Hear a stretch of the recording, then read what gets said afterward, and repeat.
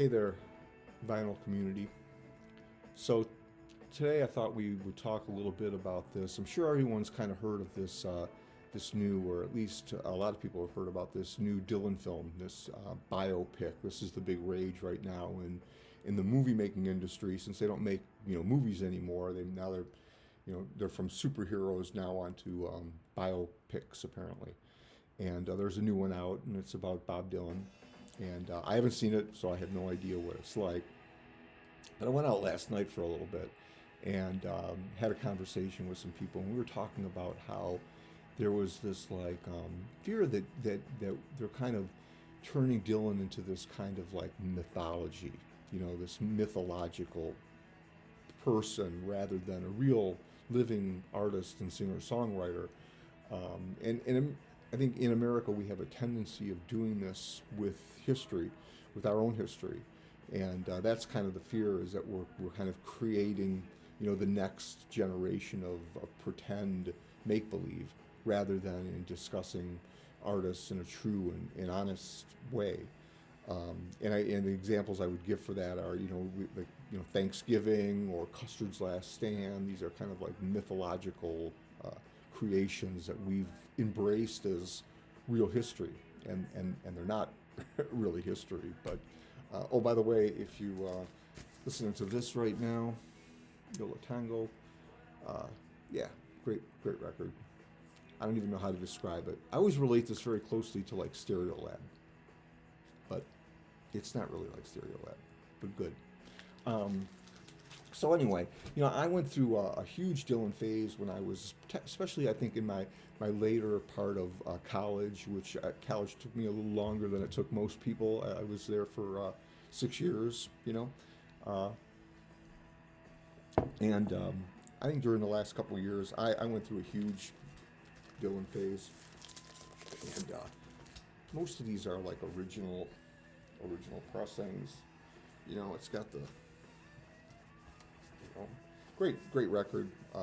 Yeah, really fantastic record. Probably my favorite Dylan record right here. I've also seen Dylan live probably 4 or 5 times in the '90s mostly, and saw him in a small club with one of my best friends at the time, and really amazing, St. Andrews Hall in Detroit.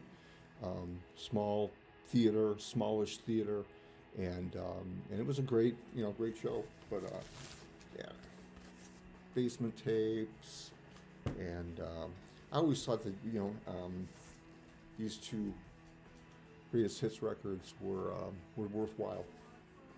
And this one comes with the original poster and all that. This is actually a mono pressing, and this, if you're looking for a place to start with Dylan, I always said the Greatest Hits Volume 2 it's a great listen, and there's a lot of tracks on here that are exclusive that you won't find anywhere else. And Blood on the Tracks, another high-ranking Dylan record. I just go through these real quick because it's really not what I want to discuss. Highway 61. Here's a album that gets overlooked quite a bit. Desire, great record. This has Hurricane on it, but Hurricane's just one of the great songs that's on there. And John Wesley Harding. Yeah, so I really like Dylan's music, and so I don't mean to be critical of it or critical of the, what I'm critical of is this like myth making that we sometimes get wrapped up in, and I think that maybe we should explore a couple other American artists that are the equal to Dylan and maybe even better songwriters now. As I've gotten a little more, I think, into music, and as I discover new things, I think there are several people who, if you're exploring Dylan, you're young and you're kind of going in that direction. There are there are artists from your own generation that should be looked at too, And I guess that's kind of my point, is that you don't want to just get caught up in this mythology about this, 60s, folk artist and the revolutionary, things that he did or didn't do. But there's people like, Townes Van Zandt, who, for my money, Townes is at least as good of a songwriter as Bob Dylan is, and to me, while he's not as abstract, and to me, I think he touches the human experience deeper than does Bob Dylan, and if I can make that comparison, and there are 5 or 6 Townes Van Zandt records that are really worth your time if you haven't. Now the thing of it is that these weren't big sellers, and so some of these they're getting pretty rare, and the prices are starting to go up. But you don't have to have the original pressings of them. You can buy the reissues, and Townes Van Zandt, check that out. And then and to go up even a step further, Gene Clark from the Byrds, another kind of writing in that folk, that 60s folk scene, and Gene gets, I think, overlooked compared to, they're not making any biopics about Gene Clark, and he lived fascinating life, and wrote some amazingly tender and beautiful music that I think anyone who's looking to explore songwriting in that kind of Americana style should spend some time with Gene Clark.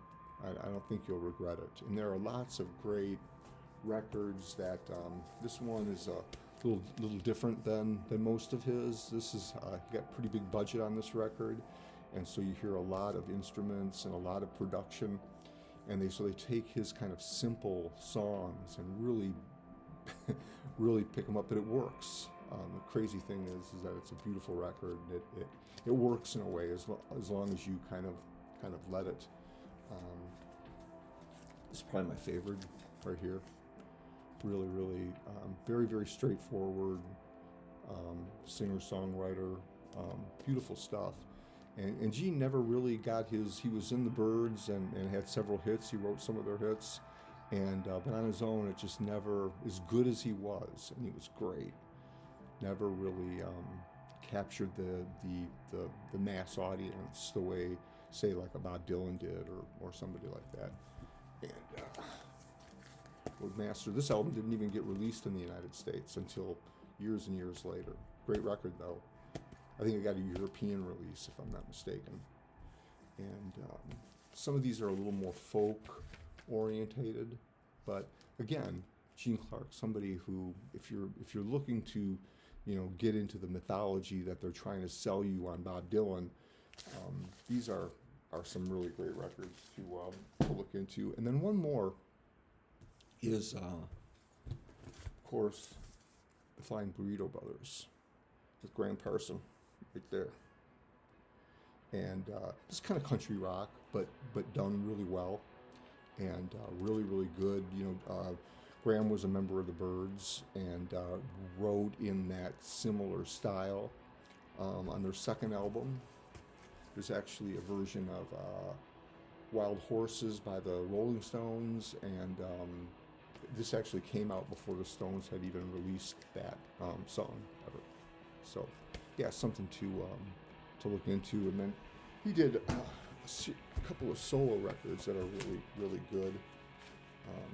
Grievous Angel, I believe, was the second one. Good. Now, I would say Graham's not on the same scale as Townes and Gene Clark, so I'm not quite talking the same level of songwriting, but he's still very good and wrote in that kind of, I don't want to use this term, but I'm going to use it, that kind of Americana style. I think Graham called it cosmic American music. It was just country folk with some rock in it. And GP is probably his most well-known album. Fine album, real fine. If you enjoy that kind of country rock, flavor of things. And then there was one more that came out later. They were working on a third record for the Flying Burrito Brothers, and some of those tracks ended up on this album. And mostly they're covers, country covers, Crazy Arms, Tonight the Bottle Let Me Down, Sing Me Back Home, Merle Haggard stuff. So really, really good record. You can still pick, I think, this up pretty cheap. Originals of these are starting to get expensive too, but they can be found if you're looking for them. Anyway, my point is that there was one more artist I was going to show you too, but we'll wait on that for a different time. Somebody a little more contemporary and modern. But that would be my point. If you're a little young and you're looking to, they're trying to sell you this Bob Dylan myth, and there's nothing wrong with that. Bob Dylan's a fun artist to explore, and you should. But just know that there are artists and musicians from other places that were equal to Dylan and even better, and there still are. And Mark Langdon was going to be the one that I was going to pull down to and show, who's just an amazing songwriter who died last year. And, to me, very much the equal of Dylan as a songwriter. And so, let's demystify, let's demythologize some of these folks that, Hollywood and the music industry is trying to sell us, and